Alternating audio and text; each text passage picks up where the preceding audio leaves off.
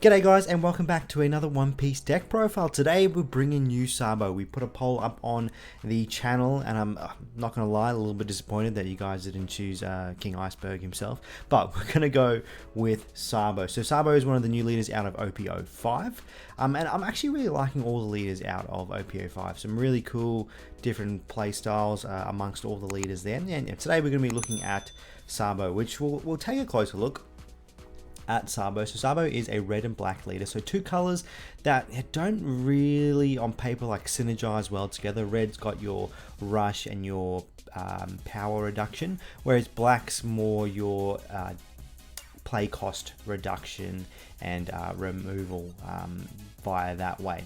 So yeah, two colors, they don't really synergize on paper, but Sabo gives it a fair crack, gives it a fair go. So the effect of Sabo, for those that don't know, actually, so Sabo starts with 5,000 power with 4 life. The effect is Don times 1 on opponent's turn once per turn. If your character with 5,000 power or more would be KO'd, you may give that character minus 1,000 power during this turn instead of that character being KO'd. So that can be KO'd through battle, can be KO'd through effect. Yeah, it's a nice little protection for some characters that you have in the deck. And there are 4 characters in the deck that don't meet Sabo's threshold, and 2 of them you're not going to play out. So most characters that you do play out are going to be under the protection of Sabo for 1 removal or 1 attack, basically, which can come in handy. We do run some nice blockers, we do run some rush characters that you want to protect as well. So yeah, cool stuff going on there. But before we go on any further into the profile, I just want to give a big shout out to Pirates TCG. So yeah, some of the black tech basically is inspired by his profile that he put up on the channel. If you guys haven't seen his channel, go check it out. Some really good stuff for players out there, some really great content. I know he's just started hosting some tournaments as well, so yeah, I'll try to leave a link in the description to his channel down below. He doesn't know that we're shouting him out, so go over there if you don't know about him already and tell him that we say hi. Alright, first of all, we're going to look at our only one cost, our only turn 1 play that we have for the deck, which is Nami. So this is the starter deck Nami. Cost you 1,000 power, 1,000 counter. The effect is during your turn, you can give one of your rested Don to a leader or character. So this, yeah, really good for if you go first. Also really good if you go second, just want to see some Nami, because we need a Don on Sabo to trigger Sabo's effect. And so instead of playing a Don short every game, Nami can help us you fully utilize all the Don that we have per turn.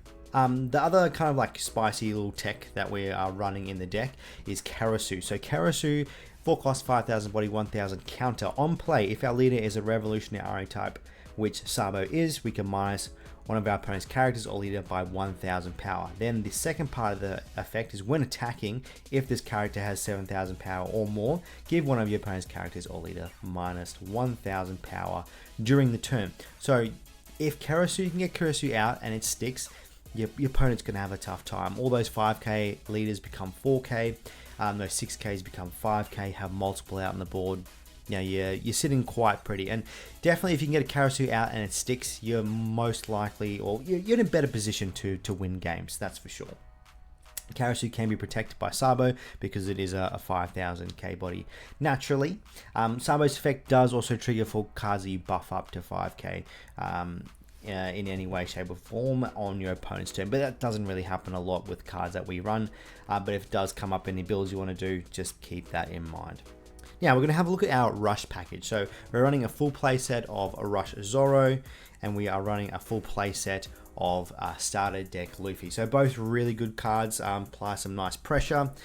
Great thing about red, has all that rush stuff going on. A really cool play if you're going first, so you play out the Nami, and then you play out the Zoro on your next turn. So you'll be at 3 Don, you'll play the Zoro out, use Nami's effect, attach a Don to Sabo, and then you can swing with the Zoro, and then Sabo can protect the Zoro the next turn there, which is, yeah, super nice to see.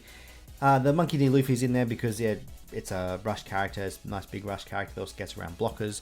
Really nice to have. The other rush characters that we're running on the 2 characters. We're running 2 of the Secret Rare Shanks from OP01. 9 cost, 10,000 body.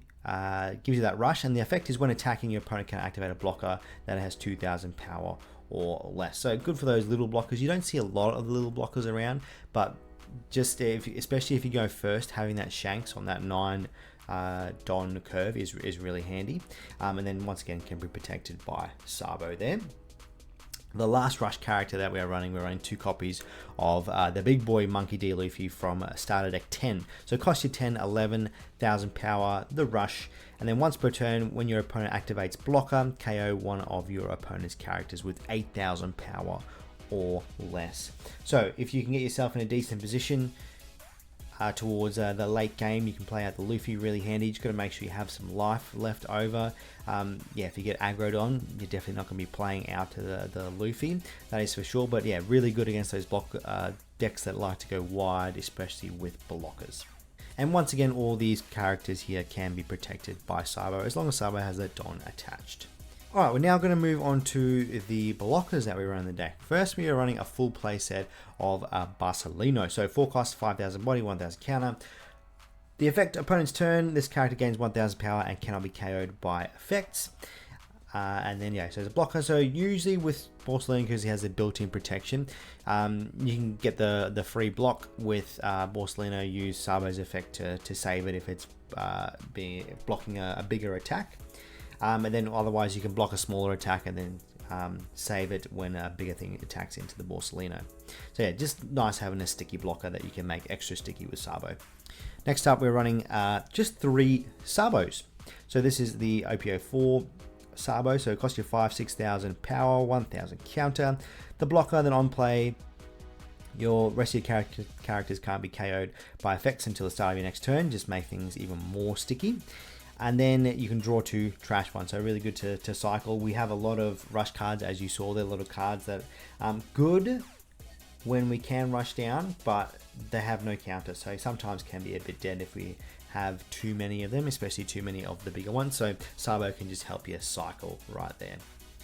Then next up, we are running 3 Hinas.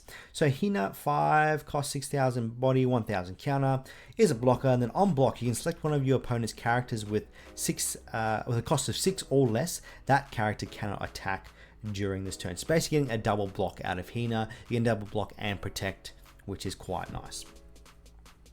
Now the next blocker that we're running is a bit of the spicy tech inspired by Pirates TCG, which is running 3 copies of Rebecca. So Rebecca is a blocker that has no power, costs you 4, has 1,000 counter.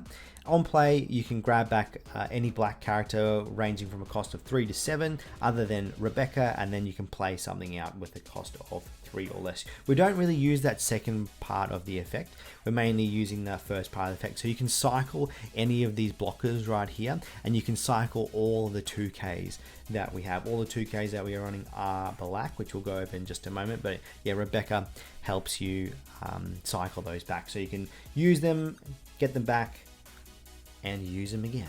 Alright, moving on to the 2Ks, we actually still got a blocker in one of our 2Ks. We are running a full playset of the Bart. So Bart costs you 3,000 body, 2,000 counter, the blocker. So yeah, this is probably the 2K that you'll play the most out of all the 2Ks. There's one other 2K that you might play out. But yeah, Bart you'll definitely play out, can cycle with Rebecca. Unfortunately can't be protected by Sabo because it doesn't have that 5K power on your opponent's turn. But good either way, whether it's a blocker or a 2K counter. The next one they're running, a full playset of Virgo. So Virgo, we'll place it in there. We're basically playing Virgo because it can be protected by Sabo. So if we're in a situation where we don't see any of our rush characters or our decent blockers, but we have a Virgo, we can play the Virgo out. We can get some good protection out of Virgo. It also has an effect where Don ×1 can't be KO'd in battle, so we can also get an extra layer of protection with Virgo there. So it becomes super sticky. Just blue can be a bit tricky for us. The last 2K that we are running, and this is the one you're probably not going to play out, which is your Tashigi. So we don't really use Tashigi's effect in there because there's nothing really relevant for us to for that. Just a 2K counter that can be recycled with Rebecca. If you are in a really sticky situation, it is a 4K body, so it's not too bad to get out there. Right, rounding off the profile, we're going to look at the event cards that we are running. We are running a full playset of Rabin because we can. Rabin is really good. Always a 2K counter for 1, unless you're at 2 or less life, then it becomes a 4K counter, and the trigger is you can buff something by 1,000. Fun fact for you guys, There are actually two different artworks. I don't know if you can see two different artworks of a rare beam. I don't know if anyone's picked up on this yet. I may have seen a few posts on some Facebook groups, but yeah, two different artworks there. You can see like the squid is there on that one, not there, and then different fonts for the Frankie Radical beam right there. But yeah, pretty cool. And then we are running 2 of Bad Manners Kick Course. As we mentioned before, running a lot of characters that don't have counts, a lot of rush characters, so this just helps them to become a bit more useful in our hand when they're backing up there. Alright, there is the deck in all of its glory. Let us know what you think. I think, yeah, Sabo has great potential. I don't know if anyone's cracked it. I don't know if this build is the build, but this is the build we've been playing for a little while and having some nice success with it. But yeah, let us know what your thoughts are in the comment section down below. But thank you so much for checking out today's video. Stay beautiful, and we'll see you all in the next one.